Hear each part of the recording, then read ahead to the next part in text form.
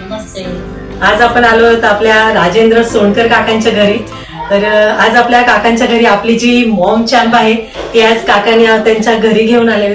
तर आपण काकांनाच विचारू की काकांनी ही जी मॉम चॅम्प घेण्याचा निर्णय घेतलाय ही मॉम चॅम्प नक्की कोणासाठी घेतली.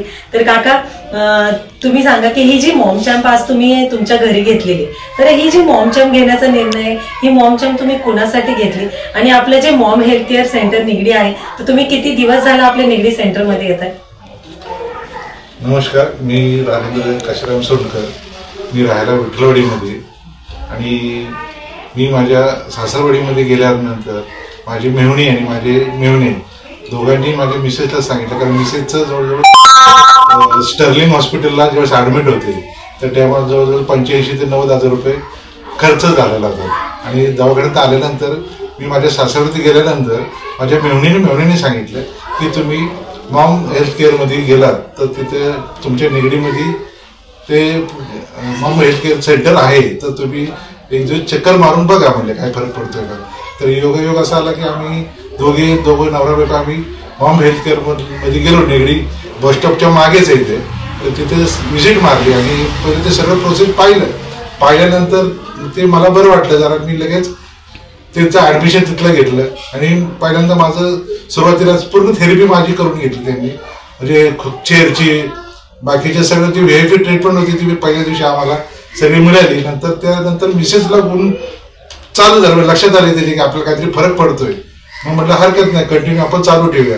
2 महिने झाले मला आता जवळजवळ ते थेरपी घेऊन. तर मला जे स्टर्लिंग हॉस्पिटलमध्ये गेल्यानंतर 90,000 रुपये खर्च करून जे मला सुख भेटलं, मला आनंद भेटला तो मॉम थेरपीमध्ये मला भेटला. तो स्टर्लिंगमध्ये मला दुसऱ्या महिन्यात जरी गेलो तर डॉक्टरला विचारलं की मला अजून पेन होतंय मिसेसला, तर डॉक्टर म्हटले ते लगेच बरं होणार नाही, की त्याला वेळ लागणार. 2 महिने 3 महिने झाले तर फरक नसेल पडला. पण नंतर मॉम थेरपीला गेल्यानंतर तो जवळजवळ चालू झाल्यानंतर आठवड्यापासून त्याची मिसेसला तो चेंज झाला, पाय वगैरे दुखायचे कमी झाले आणि मला एवढा जास्त त्रास नव्हता. पण योगायोगाने माझं थोडं बॅक पेन करत होतं, थोडंसं मसल्सला थोडा प्रॉब्लेम झाला होता. मी पुण्यामध्ये पण दवाखान्यात गेलो होतो. आमच्या इथे 2-4 डॉक्टर आहेत. जवळजवळ 2,500 ते 5,000 रुपयापर्यंत खर्च झाला माझा त्या मसल्सला. पण योगायोग झाला की मी तिथे बसलो होतो थोडंसं टेन्शनमध्ये. तर पल्लवी मॅडम होते, इरा मॅडम होत्या आणि साई सर होते.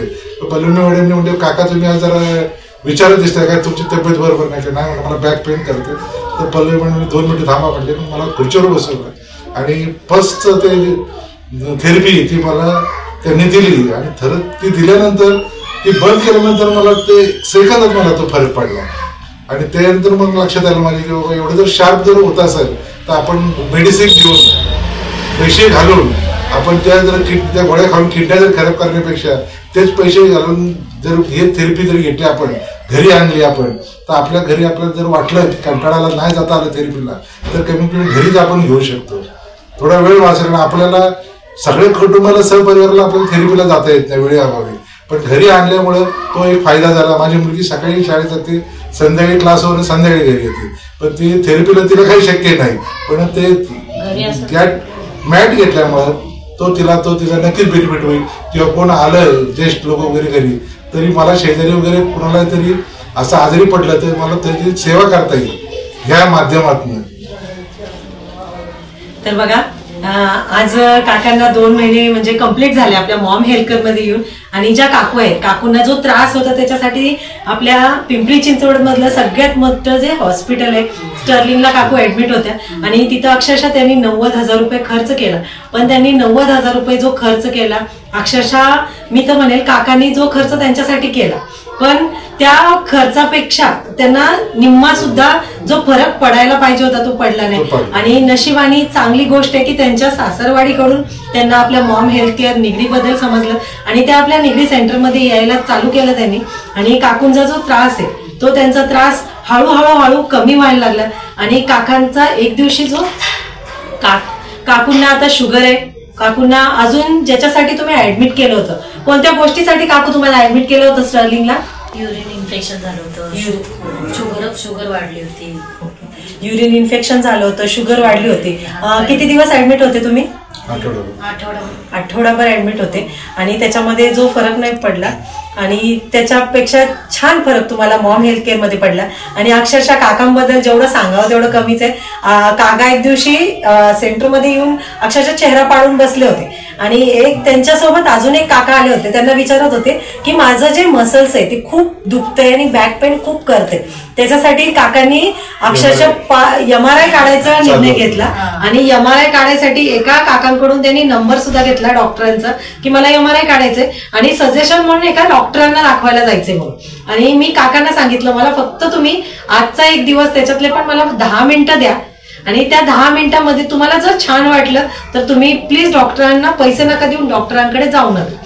तर फक्त आणि फक्त काकांना पल्स पॅडची थेरपी त्यांच्या कमरेला लावली आणि फक्त 10 मिनिटं काकांना मी ती पल्स पॅडची थेरपी दिली आणि त्या 10 मिनिटाच्या पल्स पॅडच्या थेरपीमध्ये जे काकांनी 5 MD डॉक्टरांना दाखवलेलं होतं, 5 MD डॉक्टरांनी त्यांना पूर्ण जे ट्रीटमेंट दिली होती, औषध दिले, गोळ्या दिल्या, जे काही इंजेक्शन वगैरे असतील ते दिले असतील, पण त्याच्याने काकांना जो फरक पडला होता इंजेक्शन औषधांनी फरक पडलं होतं का काका? नाही. पण जे 10 मिनिटाची तुम्हाला थेरपी दिली पल्स पॅडची त्याच्याने किती फरक पडला? 100% पडला. 10 मिनिटाच्या थेरपीमुळे काकांना जे 5 MD डॉक्टरांना नाही जमलं ते आपल्या मॉम हेल्थ केअरच्या मॉम मॅट सोबत मॉम चॅम्प सोबत जे आपली पल्स पॅडची थेरपी आहे त्या पल्स पॅडच्या थेरपीमुळे जमलं. तर काकांना तर खूप छान फरक पडलेला आहे. आणखीन एक गोष्ट काकू तुमच्याबद्दल, जे शुगर आणि युरिन इन्फेक्शनचा त्रास होता तुम्हाला, तर त्याच्यासाठी तुम्हाला आपल्या मॅटनी किती टक्के फरक बघायला भेटला तुमच्या त्रासांवरती? तरी शुगर तर मला म्हणजे बरीच कंट्रोल मध्ये आली. 257 होती, आता 150 पर्यंत शुगर आली. 145. आणि त्याच्यामध्ये हातपाय खूप दुखायचे माझे, खूपच पेन, म्हणजे परत चालताना त्रास व्हायचा. पण आता तो बराच कमी आलाय. तर माझं तर म्हणणं आहे सगळ्यांनी योगा मॉम हेल्थ सेंटरमध्ये जावं आणि थेरपी घ्यावी, कारण तिथं बराच स्टाफ पण खूप छान आहे. तिथल्या madam Pallavi madam, Meera madam, Sahil sir, Yogesh sir खूप छान आपल्याला सांगतात, थेरपीज देतात. त्यामुळे बराच फरक पडलाय मला. अजून एक गोष्ट काकू, ही जी मॅट आज तुमच्या घरी आलेली आणि ही मॅट घेण्याचा निर्णय कोणाचा होता? खरं तर मला खूप मॅटची गरज होती, त्यामुळे मी तर रुसून बसले होते. 2-3 दिवस त्यांच्याशी बोललेच नाही. मग लास्टला त्यांनी माझ्यासाठी मॅट बुक केली आणि आज माझ्या घरी मॅट आली. त्यामुळे त्यांचं पण खूप अभिनंदन. तर बघा, आज ही जी मॅट काकांच्या घरी आली, निर्णय तर दोघांचाच आहे. संसार म्हटल्यानंतर नवरा बायको दोघांचाच निर्णय, पण सगळ्यात जास्त हट्ट होता काकूंचा मॉम चॅम्प त्यांच्या घरी यावी असं. पण त्याच्यामध्ये सुद्धा थोडस काकू 2-3 दिवस काकांशी बोलल्या नाही, रुसून बसल्या होत्या. आणि अक्षरशः नाही, घर जे चालवणारा असतो तो घरातला पुरुषच असतो, करता पुरुष. आणि घरातील जे फायनान्शियल प्रॉब्लेम असतो, पैशाचा प्रॉब्लेम असतो, तो बाईपेक्षा जास्त पुरुषांना माहिती असतो की नक्की आपल्याला पैशांची जुळणी कशी करायची. जी मॉम चॅम्प तुमच्या घरी आली, काकूंच्या हट्ट म्हणजे काकू रुसून बसल्या होत्या, त्याच्यामुळे तुम्ही त्यांना दसऱ्याच्या मुहूर्तावर मॉम चॅम्प गिफ्ट केलं काकूंना. तर ही जी मॉम चॅम्पची जी तुम्ही सरांना किंमत दिली, म्हणजे जे जे पैसे जे दिले ते फायनान्शियली तुम्ही कसे जमा केले?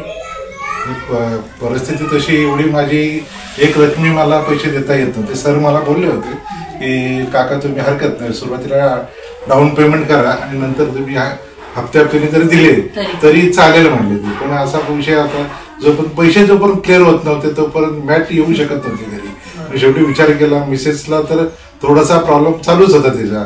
तर मग म्हटलं काय हरकत नाही, आपण काहीतरी नियोजन करता येईल. तर नियोजन करायचं म्हटलं तर बायकोपेक्षा सोनं महत्वाचं नाही. सोनं माझ्या घरी अवेलेबल होतं, तर ते सोनं मी घेऊन बँकेमध्ये गेलो. बँकेमध्ये ते गोल्ड लोन केलं आणि गोल्ड लोन केल्यानंतर ते पूर्ण कॅश पेमेंट घेतला. आणि दसऱ्याच्या दिवशी मी योगेश सर आहे त्यांना मी त्याचं पेमेंट केलं आणि म्हटलं हरकत नाही, 2-3 दिवसांनी जर मला मॅट मिळाली तर ते गोल्डच्या माध्यमातून माझ्या बायकोची मला सेवा करायला मिळेल. पर्सनली जर मला म्हटलं तर तो आनंद, कारण ती जर चांगली असेल तर त्याचा आनंद दुसऱ्याला येण्यापेक्षा स्वतः नवऱ्याला आणि मुलीला माझ्या एक वैयक्तिक म्हणजे स्वतःचा स्वार्थ असतो त्याच्यामध्ये की बाबा आपली मिसेस चांगली असेल तर आपल्याला टेन्शन नाही राहत त्याच्यामध्ये. आणि ती जर सुखी असेल तर आपलं अख्खं जग सुखी असतं आपल्याला. म्हणून मी प्रयत्न केला, गोल्ड लोन करून मी ती पहिल्यांदा ती मॅट घेतली. मॅट तिला दसऱ्याच्या दिवशी मी तिला गिफ्ट दिली. म्हणजे त्या दिवशी आपण रोज देतो वगैरे, तिला काय म्हणतो आपण त्याला, तिला प्रपोज करायला गेलो, प्रपोज करायला आपण रोज वगैरे देतो, पण मी तिला त्या दिवशी मॅट गिफ्ट केली आणि त्याचा आनंद हा.